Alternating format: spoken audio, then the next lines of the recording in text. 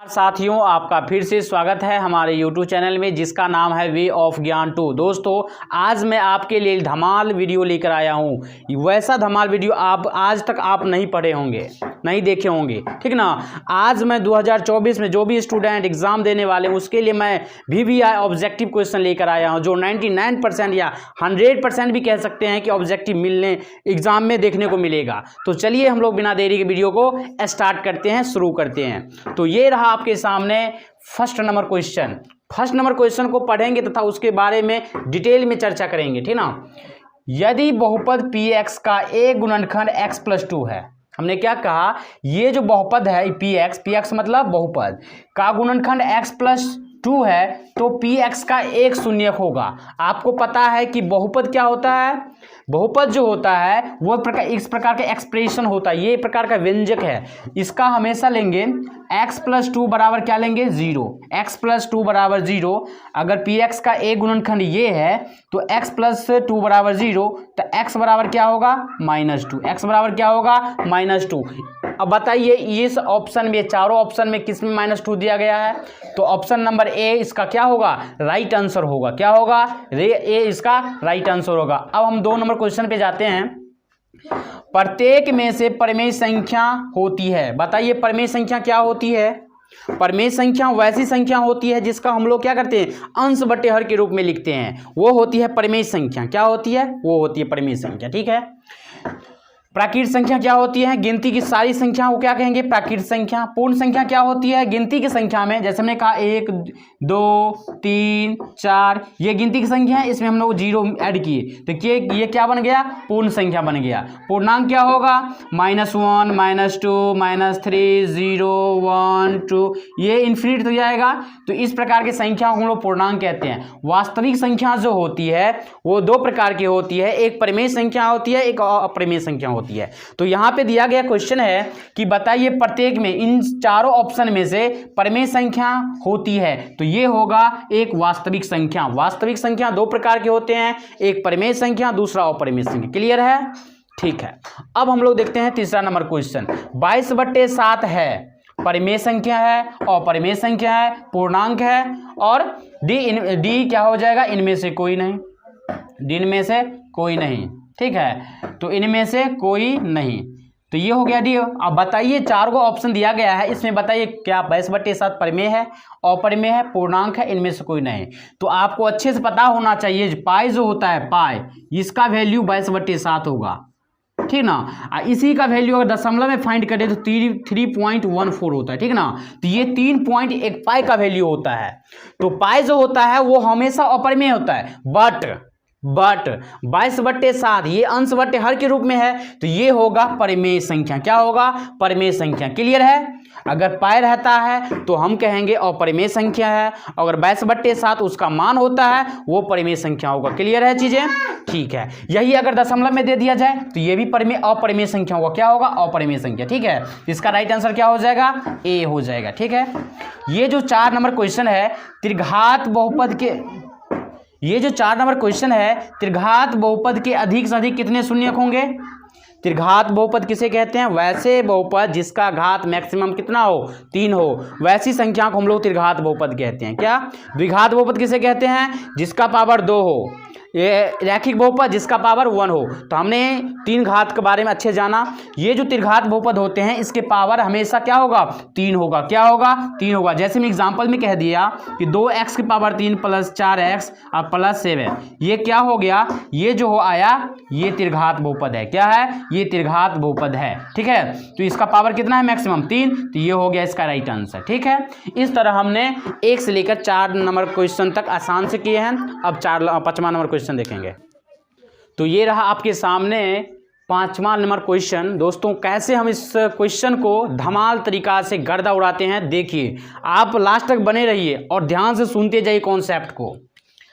ये जो है आपका 5वां, किसी बहुपद px के लिए y बराबर px, क्या कह रहा है, y बराबर px का ग्राफ है, तो बताइए px के शून्य कितना होगा। तो यहां पे हमेशा याद रखिएगा कि x एक्सिस पे कितना कट कर रहा है, एक्स एक्सिस पर कितना बिंदु कट कर रहा है, कितना लाइन कट कर रहा है। तो यहां पे देखिए ये एक क्या है, ये हॉरिजेंटली जो है उसको हम लोग क्या कहेंगे, एक्स एक्सिस।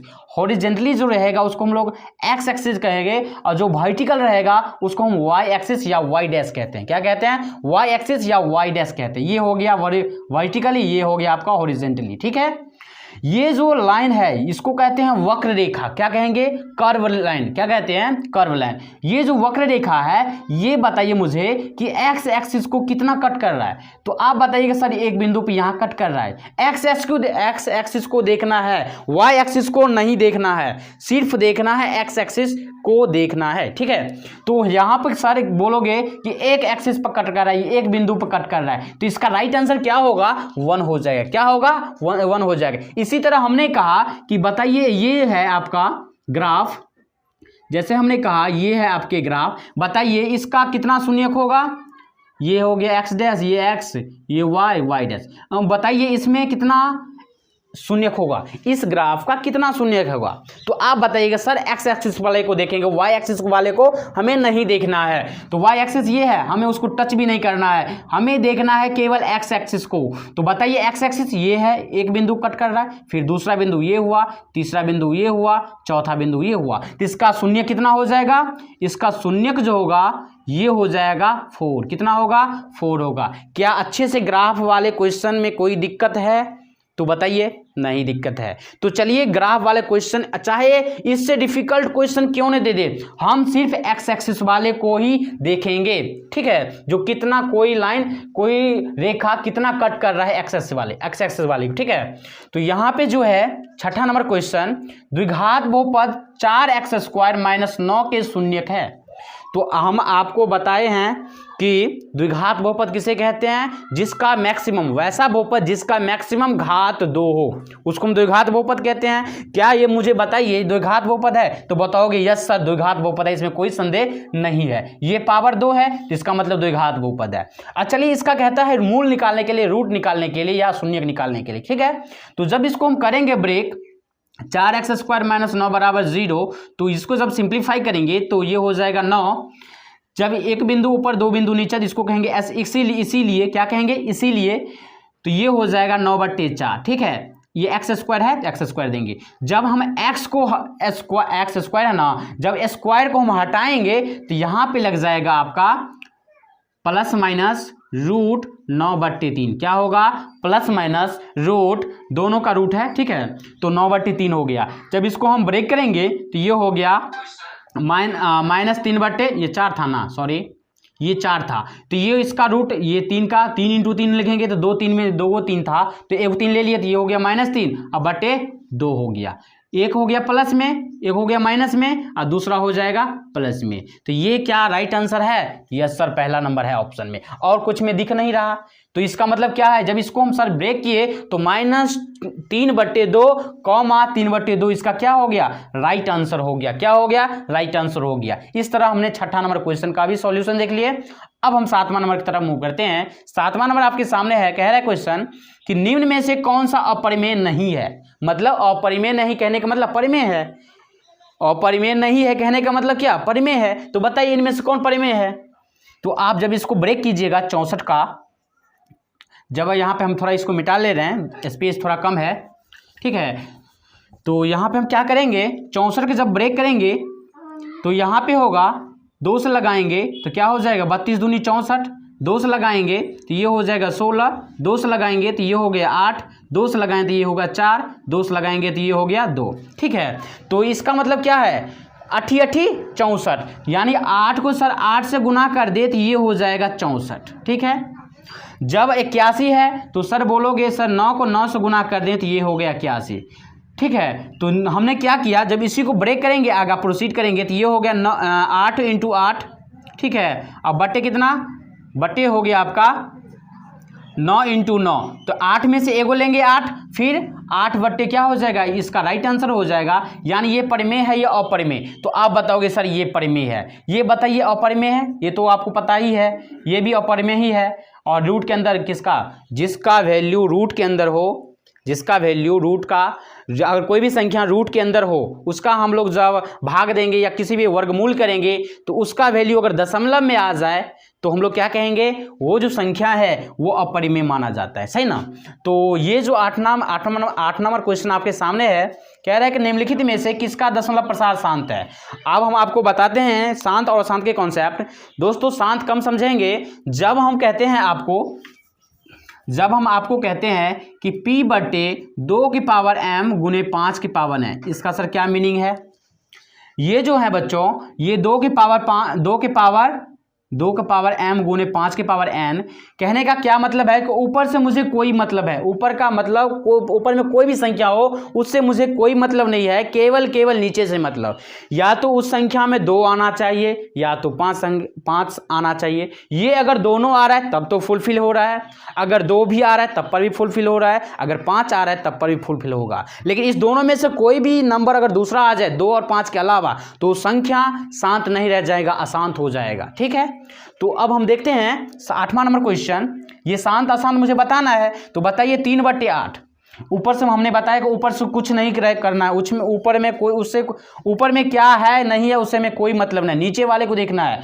जब 8 है 3/8, जब 8 को हम ब्रेक करेंगे तो क्या होगा, 2 की पावर 3 लिखोगे तो बोलोगे यस सर 2 की पावर 3 होगा। इसमें तो 5 नहीं ना आया, तो हमने बताया कि 2 की पावर 3 आ जाए या 2 की पावर 5 आ जाए तो तब पर भी हम क्या कहेंगे, ये शांत है, तब पर भी हम क्या कहेंगे, शांत है। तो ये क्या हो जाएगा, शांत हो जाएगा। ये 6/15 को ब्रेक करोगे, ये शांत है, बताओ। 3 ये हो जाएगा तो 5 × 3, 5 × 3 यह के परिमेय है, सॉरी ये शांत है। तो बताओगे सर ये शांत नहीं है क्योंकि ये 3 आ गया, इसमें 3 नहीं आना चाहिए था, 3 आ गया इसीलिए अशांत हो गया, ठीक है। तो बताइए 15 ये भी अशांत है, इनमें से कोई नहीं, ये भी। तो इसका राइट आंसर क्या हो जाएगा, 3/8 इसका राइट आंसर हो गया। इस तरह हमने 8 नंबर क्वेश्चन तक कर लिए हैं। अब हम आगे देखते हैं। तो ये रहा आपके सामने क्वेश्चन 9 नंबर क्वेश्चन कह रहा है क्या, 5, 15 और 20 के लॉसव और मौसव का अनुपात बताना है। क्या बताना है, यह जो संख्या दिया गया है इसका मुझे लॉसव निकालना है और मौसव निकालना है और फिर उसके अनुपात निकालना है। अगर ऐसे कर लेते हो तो क्वेश्चन का आंसर तक पहुंच जाओगे, ठीक है। तो हमें क्या समझना है कि पहले लॉसव किसे कहते हैं, एलसीएम क्या कहते हैं, लोअर कॉमन फैक्टर। एलसीएम मतलब लोअर कॉमन फैक्टर, एचसीएम मतलब हायर कॉमन फैक्टर, ठीक है। तो लॉसव और मौसव कैसे निकालते हैं, चलिए आपको हम बताते हैं निकाल के। पहले 5 का हम लॉसव निकालेंगे तो लिखोगे 5 × 1, 15 का निकालोगे तो लिखोगे 5 × 3 या 3 × 5 ऐसे ही लिखोगे। 20 का निकालोगे तो लिखोगे 5 × 4। अब मुझे इसमें कहा कि इसी संख्या को मुझे क्या करना है, मुझे लॉसव निकालना है। तो लॉसव इसमें से निकल जाएगा, क्या लॉसव निकल जाएगा, मुझे बताइए ये इसमें से जो संख्या, और उसके बाद मुझे क्या निकालना है, मौसव निकालना है, मौसव निकालना है। क्या मतलब निकालना है, मौसव, जिसको एचसीएफ कहते हैं, एलसीएम कहते हैं लॉसव को, ठीक है। तो इसमें मुझे निकालना है मौसव। तो बताइए इस सारे संख्या में क्या मिलता है, ये मिलता है, तो इसका मौसव कितना हो गया, 5। अब बताइए लॉसव निकालना है, तो इस सारे जो 5 मिला इस सब में, उसमें से मुझे 1 लेना है। क्या लेना है, 5 लेना है, केवल 1। तो यहाँ पे हम 5 ले लिए, फिर 1 है, फिर 3 है, फिर 4 है। जब इस दोनों को गुणा करेंगे तो ये हो जाएगा आपका 60। क्या हो जाएगा, 60। लॉसव निकालोगे तो 60 होगा, मौसव निकालोगे तो 5 होगा। और उसके बाद मुझे कह रहा है कि लॉसव और मौसव निकाल लिए, उसके बाद कह रहा है कि अनुपात भी निकालिए आप। अनुपात जब निकालेंगे तो लिखेंगे रेशियो बराबर, क्या लिखेंगे, रेशियो बराबर या अनुपात बराबर, ठीक है। यहां पे लिखेंगे अनुपात बराबर, ये जो आपके आया यानी लॉसव बट्टे क्या हो जाएगा, लॉसव बट्टे मौसव। क्या हो जाएगा, लॉस, अनुपात जब भी निकालेंगे तो लॉसव बट्टे मौसव करेंगे। क्या करेंगे, लॉसव बट्टे मौसव। जब इसको ब्रेक करेंगे तो ये हो जाएगा 12:1। क्या होगा, 12:, इसका राइट आंसर हो जाएगा। अब मुझे बताइए कि इस ऑप्शन में किस ऑप्शन में दिया गया है 12:1, तो आप बताओगे सर बी नंबर आंसर आपका क्या है, करेक्ट है, ठीक है। तो इस टाइप का कई सारे क्वेश्चन आपको देखने को मिलेगा, तो आप प्रैक्टिस कीजिए, ठीक ना।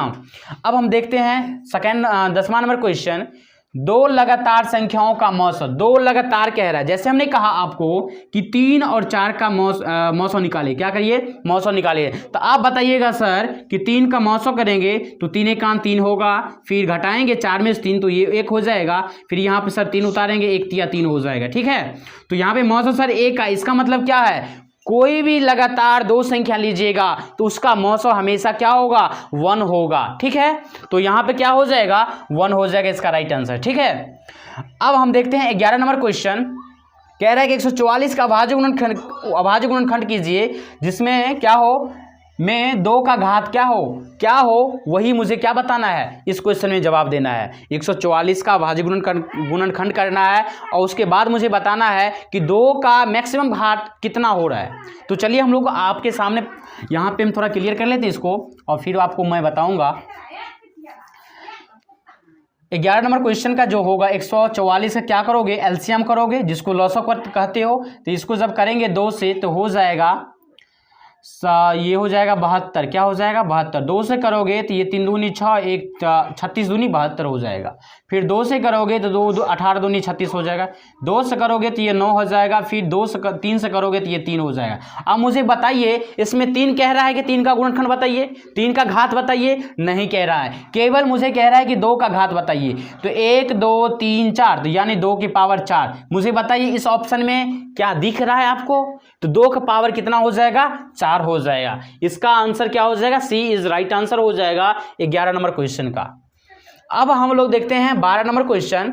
कह रहा है कि सअभाज्य संख्याओं का मौसा होता है। सअभाज्य संख्या जिसको इंग्लिश में कहते हैं को प्राइम नंबर। क्या कहते हैं, को प्राइम नंबर। को प्राइम नंबर उसे कहते हैं जिसका जो भी लगातार संख्या लोगे उसका मौसा हमेशा क्या आना चाहिए, 1 आता है। डेट मीन्स या को प्राइम नंबर है। क्या है वो, को प्राइम नंबर है। ठीक है, चलिए हम इसको एग्जाम्पल से समझते हैं। जैसे हमने कहा कि 3 और 4 का करिए, मैंने अभी करके दिखाया था, फिर भी हम लोग आपके सामने कर दे रहे हैं। क्या कर रहे हैं, कर देते हैं। जैसे हमने कहा 3 और 4 हमने संख्या लिया लगातार। जब 3 से हम मौसा करेंगे 4 में तो ये होगा 3 एकान 3। जब इसमें से घटाएंगे तो ये 1 हो जाएगा। अब तो संख्या नहीं है तो क्या करेंगे, यही 3 मुझे नीचे उतारना है। जब हम 3 यहाँ पे लिखेंगे तो बताओ 1 के 3 से गुना करेंगे तो 3 होगा। इसका मतलब क्या हुआ सर कि जिस संख्या से कटा हो दैट मीन्स क्या, वही आपका मौसा हो जाएगा। तो इसका राइट आंसर क्या हो जाएगा, 1 हो जाएगा। यानी 12 का सअभाज्य संख्याओं का मौसा हमेशा क्या होगा, 1 होगा। ठीक है, तो यहाँ पे अगला संख्या क्वेश्चन है आपके सामने कि द्विघात बहुपद ये दिया गया है का शून्यक निकालना है, यानी रूट निकालना है। तो चलिए हम निकाल के आपको बताते हैं इसका शून्य क्या। आपको तो अच्छे से पता होना चाहिए कि द्विघात बहुपद का मैक्सिमम घात 2 होगा। इसका मतलब क्या है, उसका 2 शून्यक होगा। ठीक है, तो ये तो आपको अच्छे से पता है। चलिए इसको हम देखते हैं कि इस ऑप्शन में से कौन सा आंसर इसका करेक्ट होगा।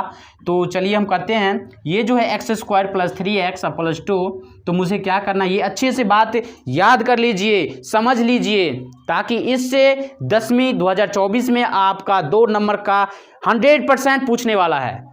तो चीज़ों को समझिए। ठीक है, यहाँ से हम क्या करेंगे, पहले सबसे पहले करेंगे इसको अगर a माना, ठीक है, इसको अगर a माना, इसको हमने b माना, इसको हमने c माना, तो मुझे क्या करना है कि a को c से गुना करना है। क्या करना है, a को c से मुझे क्या करना है, गुना। अब तो समझ गए ना, a b c। तो मुझे क्या करना है, ax² को गुना करना है 2 से, तो यहाँ पे सर होगा 2x²। हमने x² का भी साइड रख लिया, 2 को केवल लिया।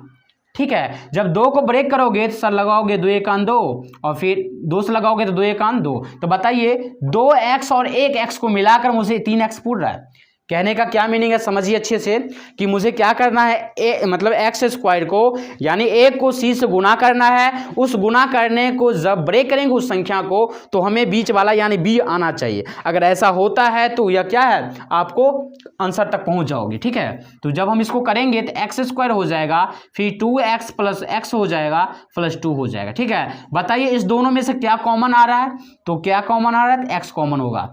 ये बच गया x + 2, यहाँ पे क्या कुछ नहीं मिलता है तो इसका मतलब 1 मिलता है, तो ये हो जाएगा x + 2। मुझे बताइए x + 2 दोनों मिलता है तो लिखेंगे x + 2 × x + 1। ठीक है, तो जब इसको हम फाइनल करेंगे यानी x + 2 = 0 लिखेंगे तो x = -2 हो जाएगा और फिर x + 1 = 0 हो जाएगा, फिर x = -1 हो जाएगा, यानी x = -2 x = -1। बताइए इस ऑप्शन में दिया गया है, ये सर नहीं होगा, ये नहीं होगा, ये नहीं होगा, इसका मतलब ये होगा। कहने का मतलब 13 नंबर का आंसर क्या हो जाएगा, डी होगा।